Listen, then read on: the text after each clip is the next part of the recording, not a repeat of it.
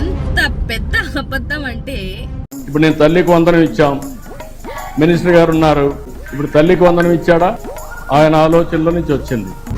ఇది నేను ఖండించడం కాదు, ఈ రాష్ట్రంలో ఉన్నటువంటి 5 కోట్ల మంది, అలాగే అమ్మఒడి ద్వారా లబ్ధి పొందినటువంటి తల్లులందరూ ఖండిస్తారు.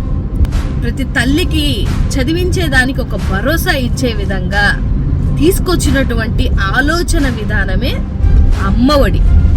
దానికి ఇప్పుడు మీరొచ్చి పేరు మార్చుకొని తల్లికి వందనం అని, ఇంకా మీకు ఒకటి అర్థం కావట్లేదు, స్టిల్ మీరు తల్లికి వందనం ఇచ్చినా కూడా, మొన్నే మీ వీడియోలో చూశాను, మీరు అడుగుతుంటేనే అమ్మఒడి పడింది సార్ అని చెప్తున్నారు.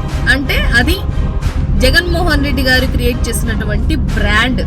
ఇంకా నయం అన్ని చెప్పేసేయండి, ఆరోగ్యశ్రీ నాదే, 108 నాదే, అమ్మఒడి నాదే, తర్వాత నాడు నేడు నాదే, రైతు భరోసా కేంద్రాలు నావే, పోర్ట్లు కట్టింది మేమే, లేకపోతే గవర్నమెంట్ హాస్పిటల్ కట్టింది మేమే, లేకపోతే గవర్నమెంట్ కాలేజీలు, మెడికల్ కాలేజీలు కట్టింది మేమే, అన్నీ చెప్పుకోండి సార్. పోనీ మీకు అలాగైనా కూడా సాటిస్ఫై అవుతాము అని అనుకుంటే, కొన్ని సార్ రాజకీయం చేయాలి, కానీ మరీ ఇలాంటి నిసిగ్గుమైనటువంటి రాజకీయాలు చేస్తే ప్రజలు కూడా హర్షించరు.